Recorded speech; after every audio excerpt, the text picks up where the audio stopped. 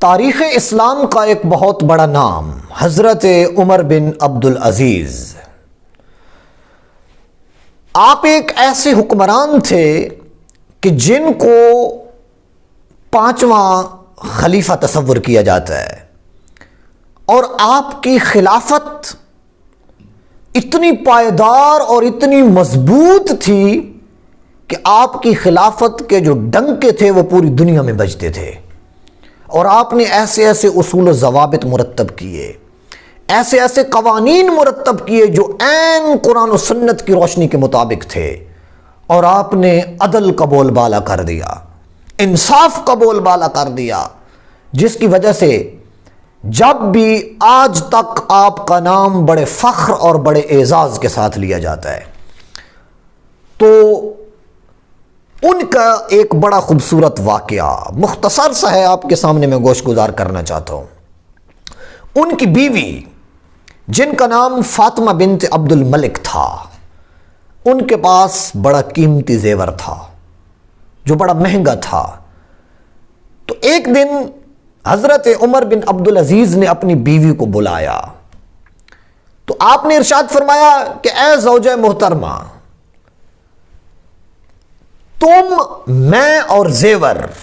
یہ تین چیزیں ایک ساتھ نہیں رہ سکتی۔ اگر زیور ہمارے درمیان موجود ہیں تو پھر تم ایسا کرو، یا ان زیوروں کو رکھ لو، یا پھر مجھے ناپسند کرو، میں آپ کو طلاق دے دوں، کیونکہ میرے اور آپ کے ساتھ تیسری چیز زیور یہ مجھے پسند نہیں ہے۔ اللہ اکبر۔ جب حضرت عمر بن عبدالعزیز نے یہ بات کی تو آپ کی زوجہ نے وہ جو زیور تھے وہ آپ کی خدمت میں پیش کر دی، اور آپ نے ان کو اٹھا کے بیت المال میں دے دیا۔ اب کیا تھا؟ دو چیزیں یہاں پر سامنے آ رہی تھیں۔ ایک یہ کہ آپ یہ بتانا چاہ رہے تھے کہ اگر آپ نے بادشاہت، آپ نے خلافت اور لوگوں پر حکمرانی کرنی ہے تو پھر آپ کے گھر میں جو چیز موجود ہے وہ بھی لوگوں کی خدمت کے لیے پیش کر دو۔ دوسرا سبق آپ نے یہ دیا کہ دنیا داری سے خود کو دور رکھو، کیونکہ یہ دنیا داری تھی کہ اتنا مال اور اتنا پیسہ بیک وقت ایک انسان کے پاس، ایک بندے کے پاس موجود ہو، آپ نے اس کو اٹھا کے لوگوں کی خدمت کے لیے پیش کر دیا۔ اور جب حضرت عمر بن عبدالعزیز کا انتقال ہوا، آپ بیوی کی وفاداری دیکھیے،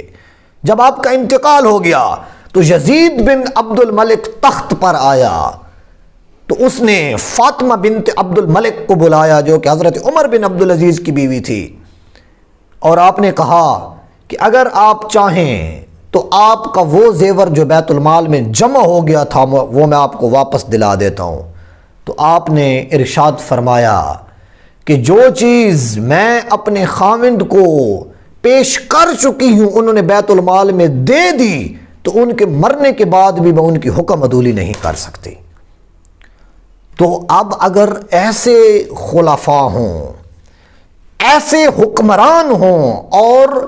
ایسے جو ہے نا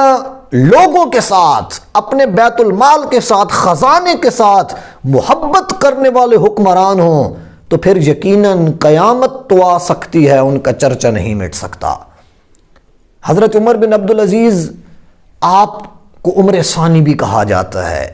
کہ جس طرح حضرت عمر نے انصاف کا بول بالا کیا تھا، ایسے ہی حضرت عمر بن عبدالعزیز نے انصاف کا بول بالا کر دیا۔ اور یہ تاریخ